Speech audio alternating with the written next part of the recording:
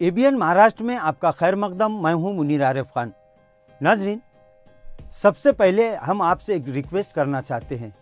नाजरीन, हम लगातार एबीएन महाराष्ट्र के ज़रिए आवाम के मसाइल को हुकूमत और अरबाब हुकूमत तक पहुंचाने की एक कोशिश कर रहे हैं। अगर आप चाहते हैं कि आप भी इसमें शामिल हो तो आपको ज़्यादा कुछ नहीं करना है। बस अगर आप ये वीडियो देख रहे हैं तो प्लीज़ कुछ सेकंड रुक जाइए। सिर्फ सब्सक्राइब का बटन दबाकर आप भी आवाम के मसाइल, कौम और मिल्लत को इंसाफ दिलाने, इसी तरह तमामी समाजों को इंसाफ दिलाने, शहर, हमारी रियासत और मुल्क में अमन व अमान की फ़ज़ा को बरकरार रखने के इस मिशन में शामिल हो सकते हैं।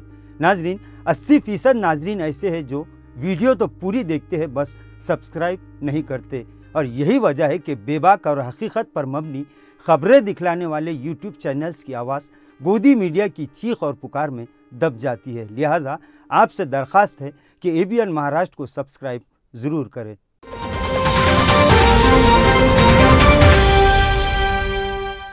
शुरू करते हैं औरंगाबाद तब्दीली नाम को लेकर एक स्पेशल रिपोर्ट।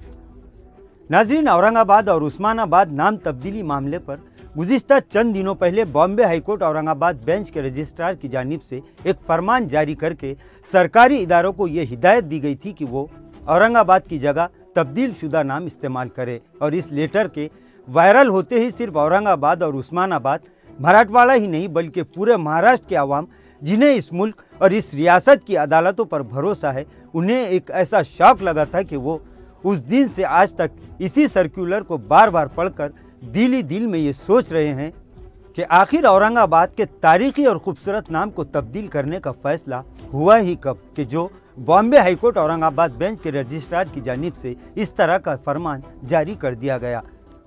यह और बात है कि ट्रिपल इंजन सरकार ने सियासी फ़ायदा हासिल करने के लिए इस नाम का सहारा लिया है। यही इस बात का सबूत है कि ये सियासी पार्टियां जब तक इस तरह के नामों की तब्दीली की सियासत नहीं करेंगे, उनका सियासी दमखम बाकी नहीं रहेगा।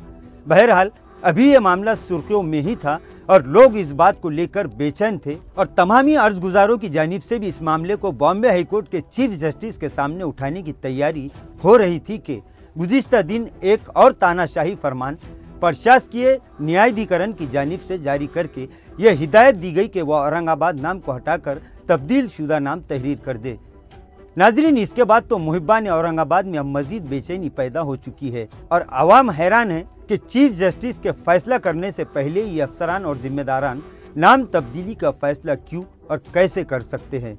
नाजरीन, अब इस मामले की फैसला कुन सुनवाई में सिर्फ 3 दिन का वक्त बचा है और 8 जनवरी को इन दोनों ही अहकामात का मामला बॉम्बे हाईकोर्ट के चीफ जस्टिस के सामने पूरी ताकत के साथ उठने वाला है। लेकिन वहीं अब औरंगाबाद, उस्मानाबाद समेत पूरे महाराष्ट्र के अमन पसंद और सेकुलर बिरादरान वतन के साथ साथ मुहिब्बान औरंगाबाद ने तमामी अर्जगुजारों के साथ साथ इस मामले की पैरवी कर रहे हैं तमामी वकला से एक दर्दमंदाना दरख्वास्त की है कि अब 8 जनवरी को तमामी वकला बहस शुरू करने से पहले सिर्फ इन 2 जारी किए गए लेटर्स पर ही फोकस करें, क्योंकि अदालत में अर्जगुजार नहीं बल्कि सिर्फ वकील ही अपनी बात रख सकते हैं। लिहाजा चीफ जस्टिस से पूरे महाराष्ट्र के अवाम की जानिब से ये सवाल करें कि अगर कोई मामला आपके सामने यानी खुद चीफ जस्टिस के सामने चल रहा हो और आप खुद इस मामले को लगातार सुन रहे हैं, तो फिर इस तरह के जिम्मेदार अफसरान की जानिब से आपके अहकामात को पामाल करने की इजाज़त आखिर इन्हें दी किसने।